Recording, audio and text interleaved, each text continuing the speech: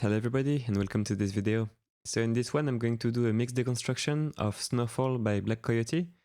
This was actually the track that we used for the mix competition, right? The one we did a few months ago. So many people wanted to see how I did the original mix for this track. So I'm just going to show you everything. So before we start, let's just play the whole track once so you can have an idea on the overall picture of this mix.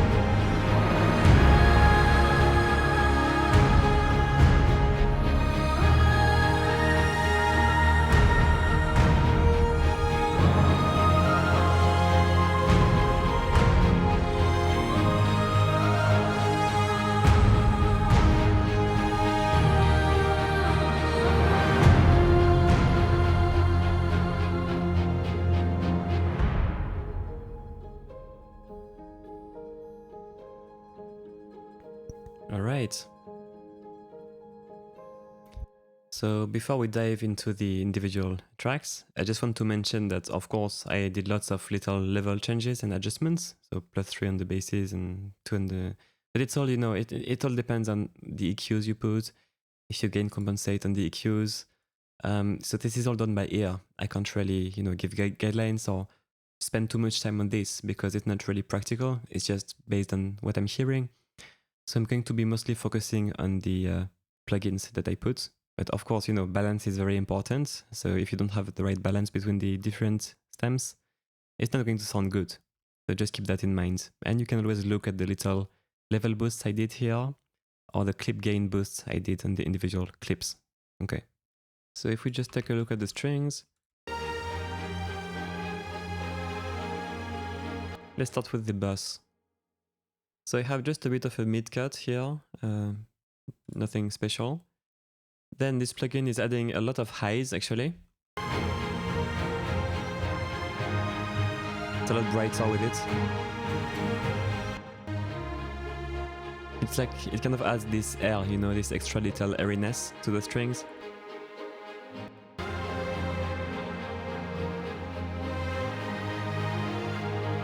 And also a bit of lows, and it also does a bit of saturation in the lows. Then we have, okay, SP 2016, just 10%. It's kind of adding a bit of a bloom. Useful for like small libraries or like studio size libraries like CSS, which is like a little bit smaller than a big hole. So it kind of just blurs everything. If I just show you what it does.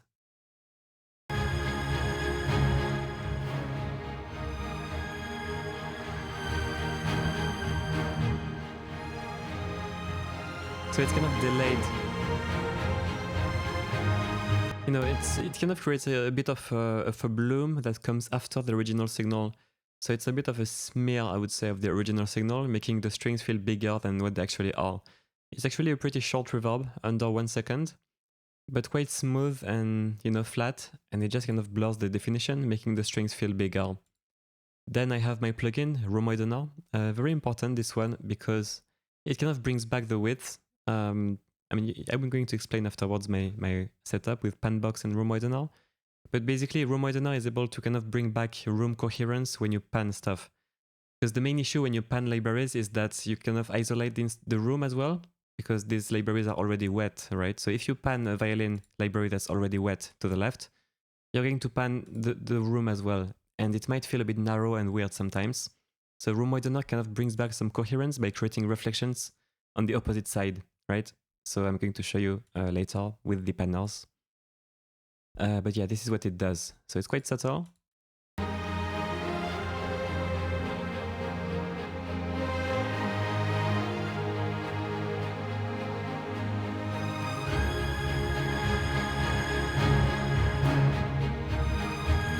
But you can see, of course, it's possible to make it really obvious, but I don't necessarily want that, right? I'm just trying to create a bit of room coherent ambience after the panels. And then we have Gullfoss, good old Gullfoss, which, you know, makes the strings feel a bit more polished and a bit more pretty in their tonal balance, by kind of taking care of some harshness and some muddy resonances.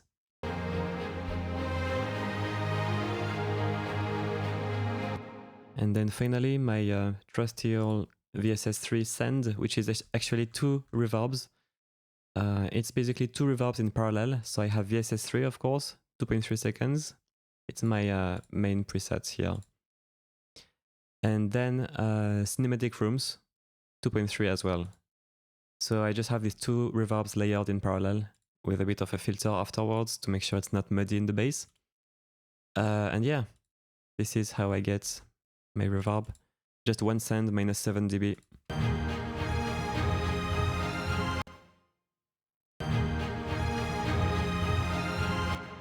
You know, gives this room ambience and glue, but it's not like crazy wet. But it adds some dimension for sure. So that's for the strings bus. Now let's just look at the EQs and stuff on the individual strings. Okay, so the basses are a little bit special because you will see. So I have this EQ here. Kind of cutting some of the mid-range muddiness. And a bit of noisiness because the basses were playing quite high at the end here. Then Soothe. So this plugin is kind of controlling all the kind of heavier resonances. I do this a lot, so especially when the basses are playing even lower, it's even more useful. But you can really kind of get a nice texture because it kind of compresses these resonances, making sure you don't have a lot of wobbliness in the bass.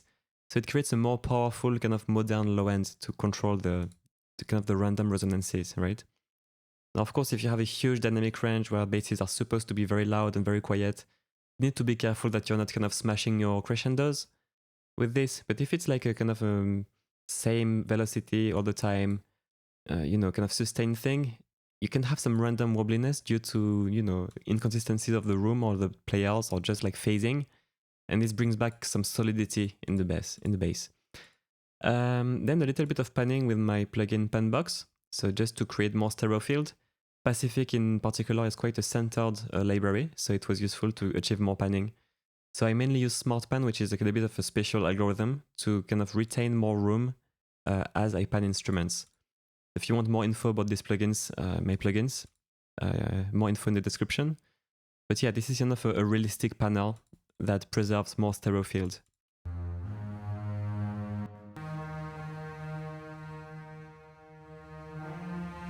One thing that it does is that it pans the highs more than the bass.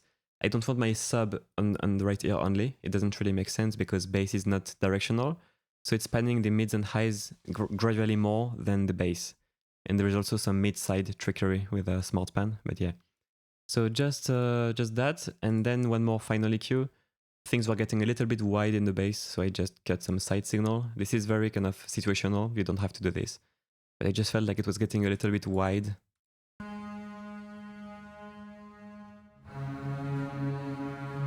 So I kind of narrowed the bass a bit, you know? So, pizzicato, kind of the same thing, except no soothe because I don't want to smash the dynamics of pizzicatos, right? A spiccato, again, no soothe. Don't want to smash. A little bit more aggressiveness on the spiccatos.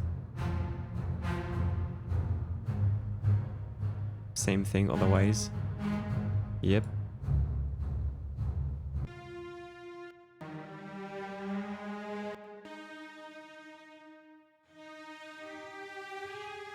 Abbey Road cello, light processing. No panning.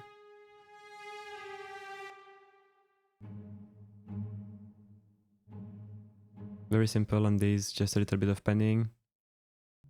Okay. So, significant low mid cuts.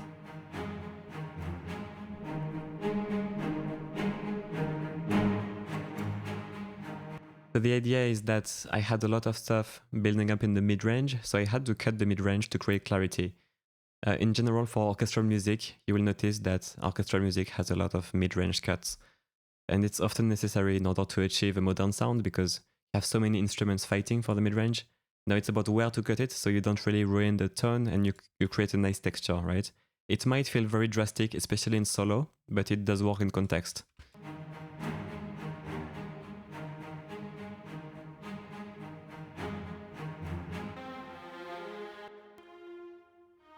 Pacific viola.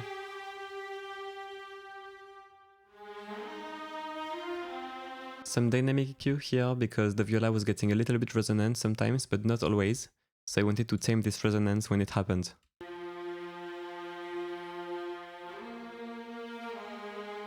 Like the idea with this mix was to have a really modern string sound.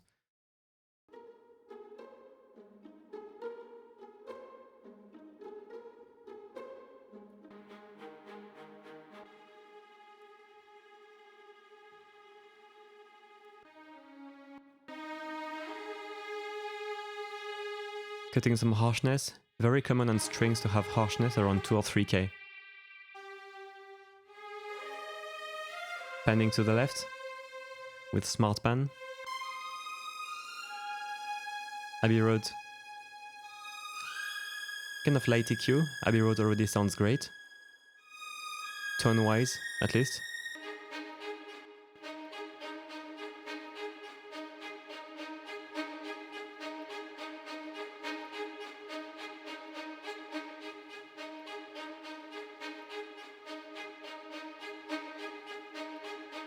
As you can see, smart pan is doesn't really pan things fully because it doesn't, put all the energy into one channel. It's panning using filters, so you always retain level in the other channel.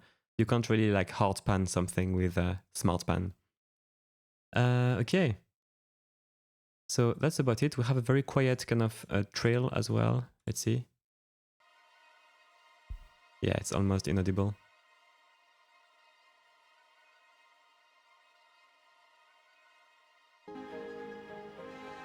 It's just like a background thing. Okay, so we're pretty much done with the strings. As you can see, the bulk of it is EQ, of course. Lots of cleaning up. kind of controlling the harshness in some places.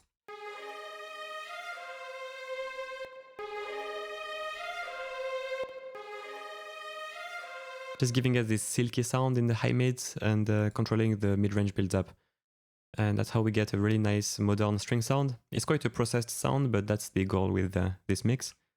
So now let's check out the brass. So this is what we have.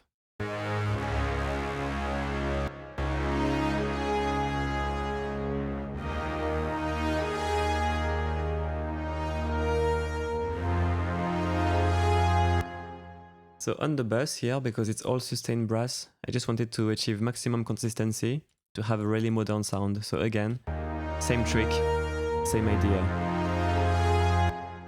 A bit of Gullfoss again to control random resonances.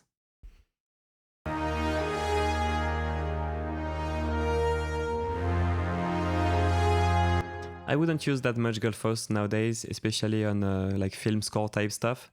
But any kind of trailer music or stuff that needs to be a little bit thick, I might use to this level. So it kind of depends on the genre, you know. Okay, so that's my bass. It's very simple, really. And the same reverb from before. -7. So nothing too crazy here. Now, horn sustains. Big low mid cut. Kind of taking off all the honkiness out of it and some panning as well. Yeah, very nice on the panning. And it's cool because with SmartPan, you can really move the instrument without narrowing it as much. Yeah, that's what's really cool about it. So, CSB legato. So CSB is kind of missing this little buzziness, which some libraries have, so I boosted it quite a lot.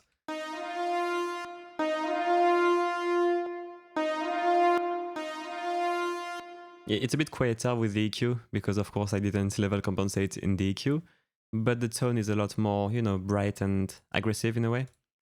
But of course I had to raise all these instruments to kind of make up for it, otherwise it kind of got too quiet. Have a bit of an EQ here, cutting the highs. I think it was getting noisy.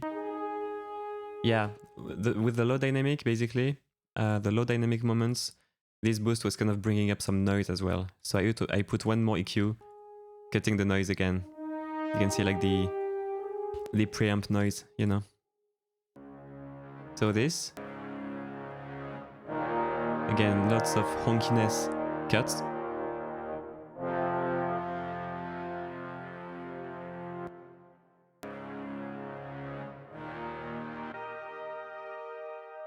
CSB trumpets, no, Caspian, sorry. A bit more highs. Again, kind of removing some of this like high mid harshness.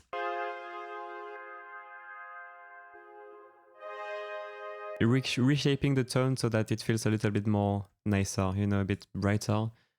And it just feels nicer on the ears when you have a more kind of even presentation of frequencies. Otherwise, your ear will focus on the loudest point of the instrument, which is usually in the mids here.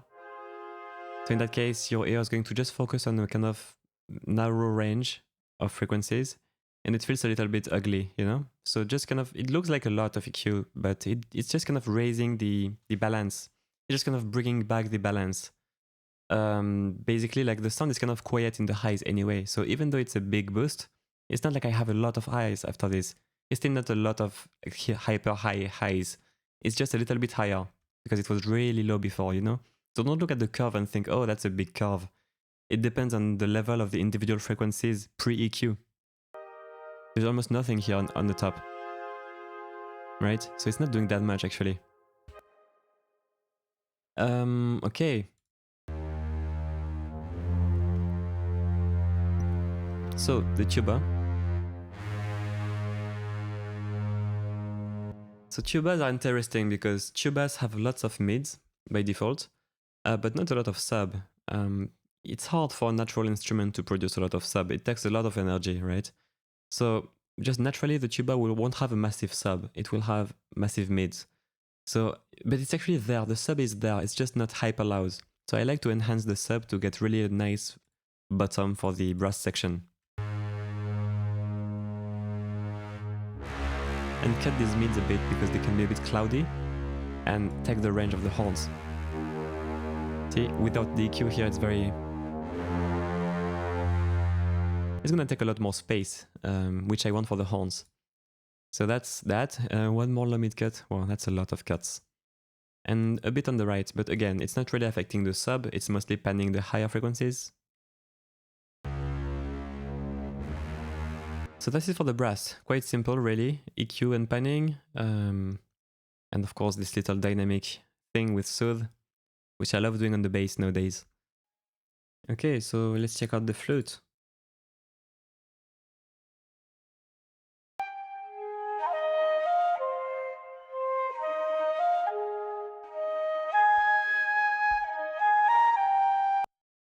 So I have a bit of a side cut here.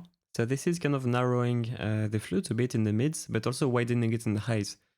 So adding more side signal is like a stereo enhancer, a stereo widener in the highs. So it's kind of reducing the width of the bass and mids and widening the highs.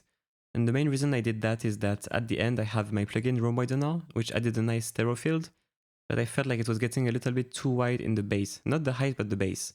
Not the bass because it doesn't have bass, but the low mids, you see what I mean. So that's why I kind of had to go back and put this EQ. But let's keep going here. So as a second EQ, I have some bit of mid-range control.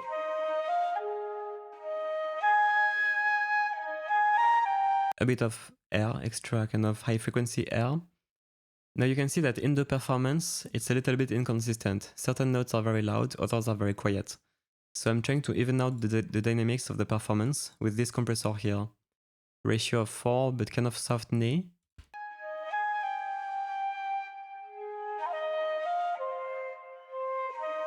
So on certain notes, it's not really triggering a lot, but other notes, it's kind of compressing, so I get a more even performance.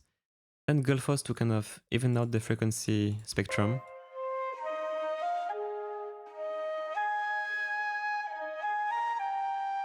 And it's pinning down a little bit on these harsh notes as well, giving a more controlled texture. Then Kramer tape is going to add a little bit of a nice kind of bloom of saturation. But it's subtle, it's very, very subtle. But it can add like some ever so slightly more interesting harmonics to the flute. Of course, if I overdo it. Now it can sound a little bit harsh as well. But doing it subtly can add more interesting harmonics to woodwinds in general and flutes. And then just to kind of widen things before the whole reverb, my plugin room widener. See?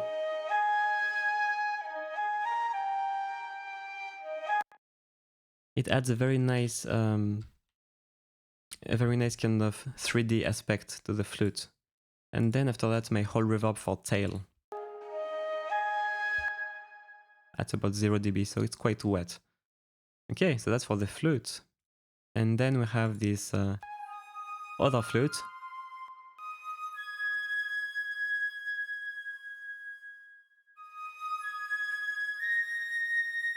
I compressed a little bit on these high notes here with the dynamic EQ and a bit more air. But it's more of a background flute, it's not as important, it's not a lead in that case. So I didn't process as much and it's not really necessary anyways.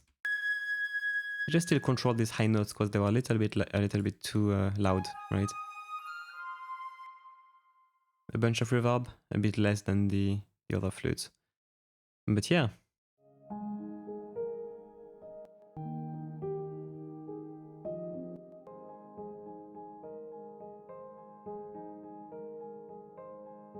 Just a bit of EQ. Reverb. And this other layer is just a bit of EQ. Reverb and a bit of a space reverb.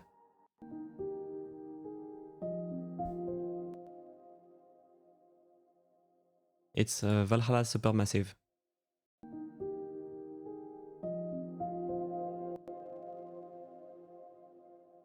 So it's quite nice.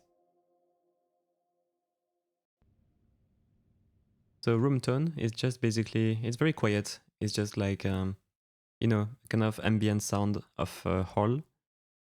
So it's just kind of there mixed in, very quiet. I removed some noisiness in the highs and a bit of sub bass. Then some low synth.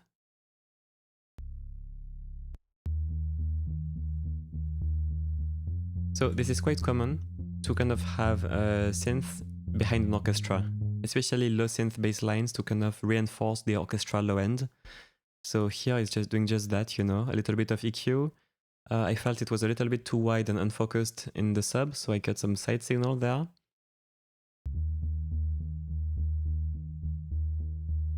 You know, I felt it was a little bit too wide, I would say. A little bit too much of that. So it's more focused with this side cut. If you don't know, just to recap, the side signal is like the information that's different between the two ears. So it's essentially the information that's out of phase in a stereo signal.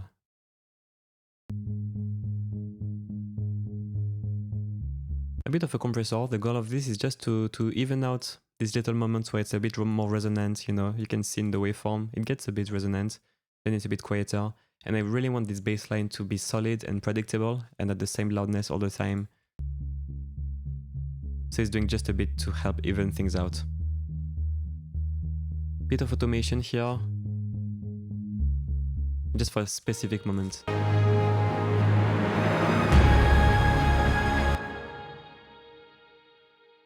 Okay, a bit of a pad. Okay, so this is just mid-range.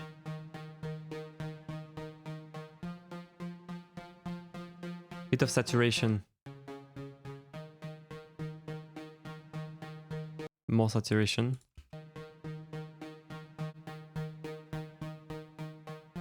So here the saturation is kind of, you know, it's kind of integrating the dynamics, integrating the little plucky attacks into the sound. So it's reducing the dynamics, I would say. It's kind of cutting a bit of highs as well because of the tape settings.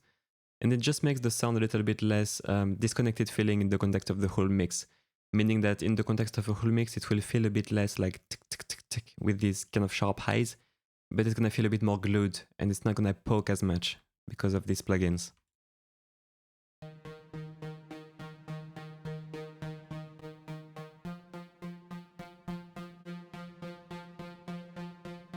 You can hear the dynamic is more precise without the plugins. It's more like tick, tick, tick, tick, but I'm just kind of blurring and integrating these attacks a bit. I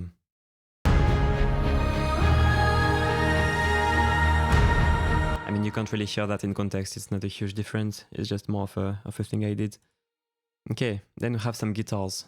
Really interesting guitars in this track.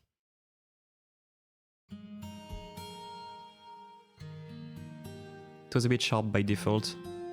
Kind of really sharp, actually.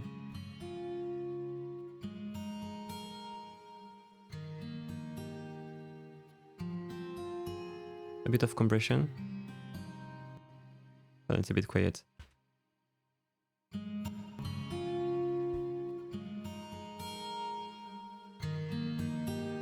The compression is just to even out each pluck so that it's not too clicky and it's not too loud on certain notes. You know, this note might be a little bit too clicky.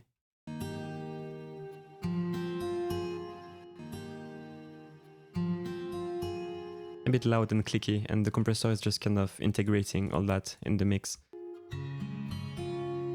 A bit of reverb, like some normal hall.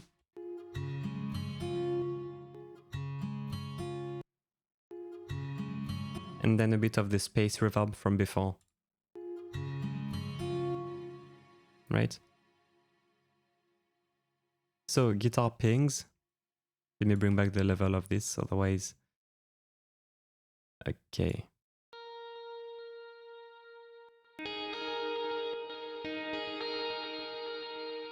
So a delay, ping pong, 8th note dotted.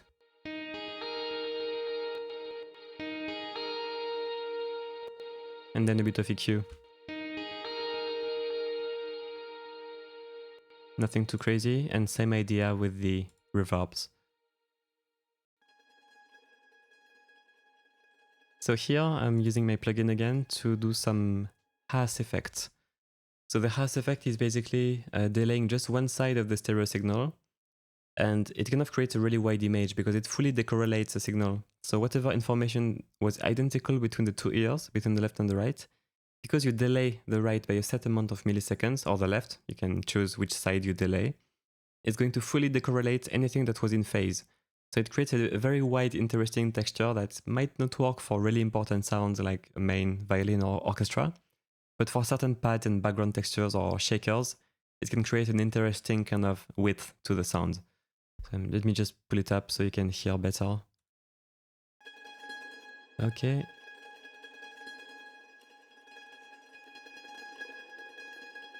See, without it, it's a bit more centered.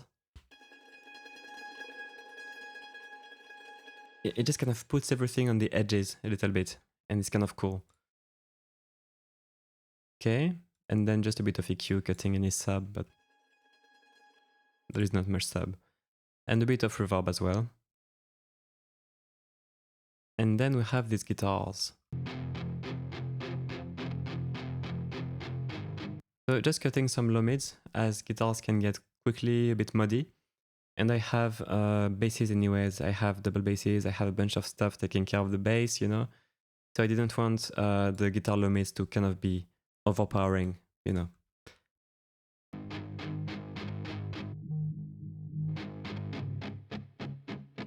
A bit more highs. Just kind of for the scratchiness to have it poke through the mix. And then just a bit of an L2. So these guitars are already very distorted, but I just wanted to make sure that there are no, you know, no peaks and just control any potential dynamic things, because I want this to be like the flattest possible texture to really kind of just augment the orchestra, you know what I mean? I don't want anything poking, basically. So it's super squashed, no dynamics, it's just flat, right? I want the same kind of little scratchiness feeling from the guitars on every single pluck, every single scratch. Okay, so that's for the guitars. Now let's check out the drums. Okay, so clearly this was the thing that people in the competition struggled with the most, because drums are quite difficult to mix. There are so many possibilities, and yeah, so I just wanted to show you what I did so you can maybe find it interesting. First, I grouped the layers that were hitting together, because it just makes sense to do bus processing on identical layers. And I mean, they kind of hit at the same time, right? So that way you can kind of shape the overall sound as one bus and put many plugins on that one bus. So we have this big drum group here.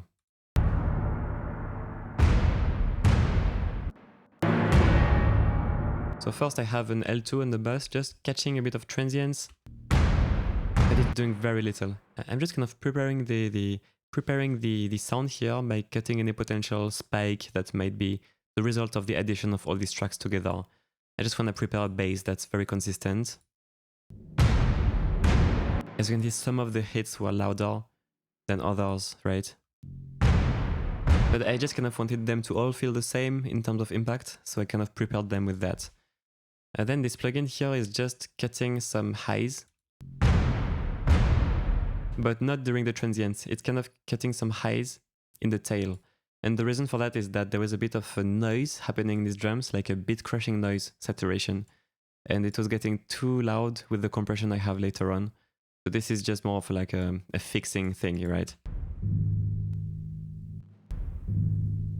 Like, it's a bit hard to hear, but if you really boost the samples here at the end, you will see that there is some kind of bit crushed noise. So it's not very important if you don't have any kind of artifacts, but if you need to clean up the audio, you can do that with the gate. So I'm ensuring it's only affecting the tails and not the attacks, because I want the highs for the attacks, obviously. Okay, then we have a plate reverb. So 2.2 seconds, and also I'm filtering the low end from the reverb, so it's only mids and highs in this reverb. Right? And this is just the reverb here. And with the original signal, it's like this. So I'm doing this in Patchwork as an insert, so I can put more plugins after the reverb. As you can see, it's adding quite a nice splash to the sound. Right? Then more EQ. Oh yeah, all the kind of washiness, washed out feeling in the mids is cut. More precision in the highs. So then I have my compressor here. Now this one is a bit of a special compressor because it has saturation built in. So it will kind of crunch on the drums attack a little bit, not too much, but a little bit. And also it will, of course, do the compressor job of just, you know, raising the density of the track because it will bring up the tails. It will create a bit of a punch because I have a normal attack, it's not a fast attack. So it will kind of let the transient go through, saturate a little bit on the transient because it's a bit of an analog machine, analog emulation machine. And then it will bring up the tails again because it will compress on the hit and bring up the tails again. So I'm gonna feel like the tails are longer, that the drums are in a bigger room and more dense, if that makes sense. It's not doing much, but you can hear a little bit of clipping almost, a little bit of crunchiness. And actually, even if it shows 1 dB of compression here, it's actually more like 3 or 4. This plugin doesn't show the actual value for some reason. Trust me, it's way more than that. Okay. Then, let's see what we have. So this is very, very important. This is very important. This is adding more bass punch to my drums. It's a technique I use quite a lot. The thing with big drums is that they can feel a bit flat because usually big drums are recorded in big rooms. So you have a lot of space, a lot of tail, but this doesn't really go well with like a punchy drum. You kind of want a really close mic to get a punchy, well-rounded low end. So to make up for that, I create my own punch. It's like a 61 millisecond release and it's only boosting the low end of the transient part of the signal. So first I'm accurately detecting the transient part of the signal, like this. If I just mute the release, you can hear, right? And then I'm EQing the transient part individually.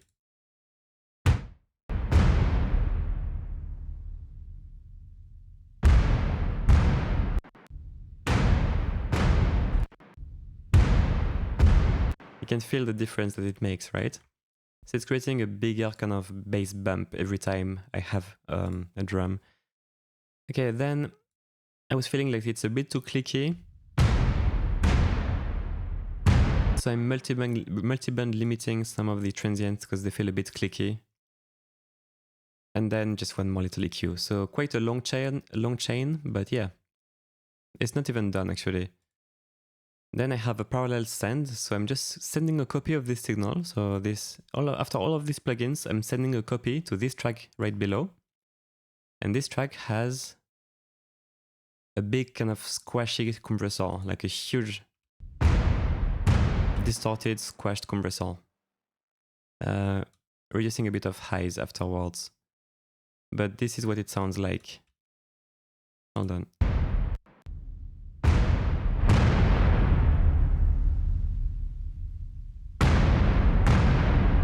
See? Basically, this is like a parallel chain to it's like a drum squash, right? I'm completely crushing the drums with this compressor, but in parallel. And then I'm only putting a little bit of the signal inside the actual final track. It's at minus 10 dB, right, on this channel. So it's just a very quiet, super crushed, earthquake-like compression that's tucked underneath, right? So you can use this plugin, it's free actually. It's an emulation of an 1176 with all buttons in, which is a common compressor for crushing drums. Then we have these two tracks here, the Big Perk bus and the parallel crush, are sending into the Big Perk bus. So this really controls everything in the Big Perk. And I have just a bit of EQ, one more L2 just to kind of get the last transients out. Well, I'm not trying to cut all the transients, but you know. It's more like you add one plugin, you remove a plugin, it feels a bit too clicky, it doesn't feel clicky enough, you add stuff. And at one point you kind of do the fine tuning at the end. So it just needed a little bit of control. In the context of the whole mix, I felt like the drums were a little bit clicky. And by taming the transients further, I got what I wanted, right? So So you might not need to do this, like don't exactly follow this chain.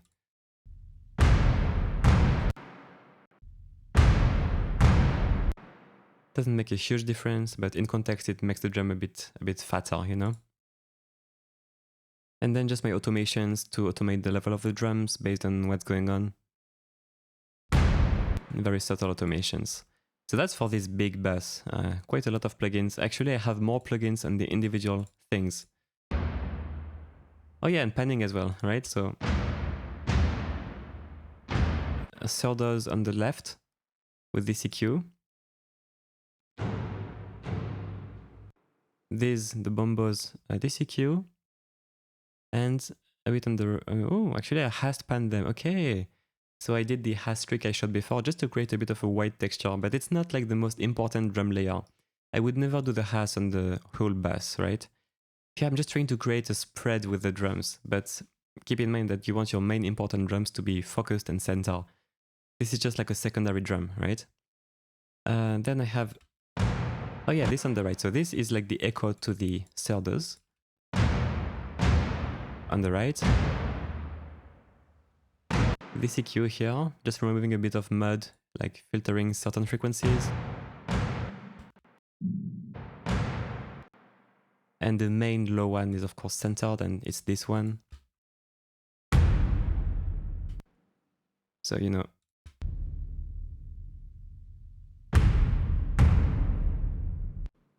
And together they sound quite nice, I think.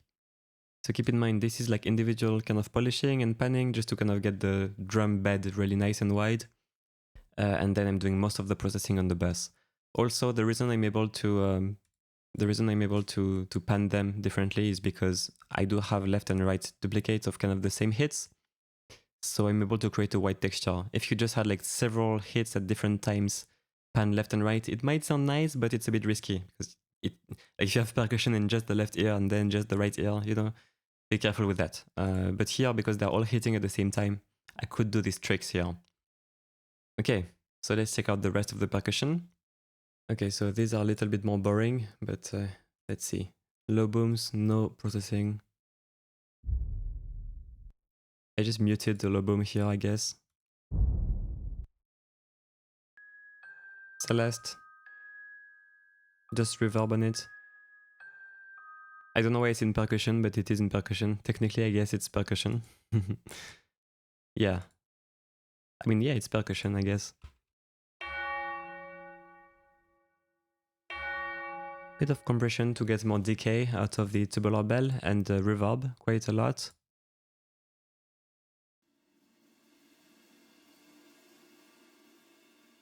A bit noisy, these cymbals. Oh, it's really quiet. Yeah, they were a little bit on the noisy side here.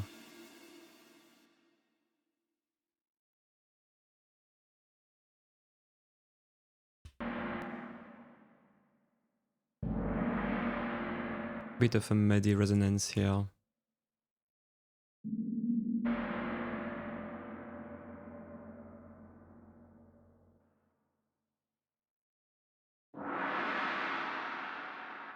Again.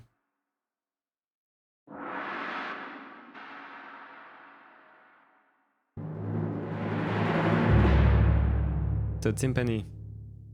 A bit more aggressiveness in the highs. A bit less of these papery mids. This kind of cardboard washed out mids, right? And now timpani can often be very resonant around like the 150 range. So usually when they go low, they have a nice sub, but around this range, they tend to be a little bit much, right? So I'm controlling the timpani around this range. And then just a bit of reverb.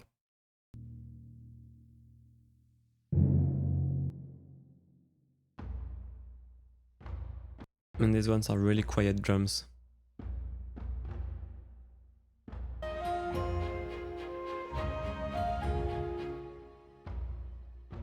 Not much going on. Less highs. Okay, the choir. So a bit more of an airy quality. Less mids. So it might sound a bit thin. But in context, it kind of helps leaving more room for the other leads, so in the strings, etc., and the brass. And it gives that airy quality which will poke above all the other instruments, right? So it's like kind of an excitement layer in this track, I would say. Bit of Gullfoss. Again, to kind of even out this layer and make it very consistent. Okay. Same idea here. Kind of control the harshness and the potential vibrato harshness with Gullfoss. More compression because, I mean dynamic EQ, because sopranos can be a little bit random sometimes. Like if the higher they go, the more loud they get, right? And certain times when they sing a really high note, they can be very resonant and very loud. So dynamic EQ helps control these more dynamic notes so that you kind of hear the performance of the soprano more evenly throughout the whole line, basically. Well, not much going on here.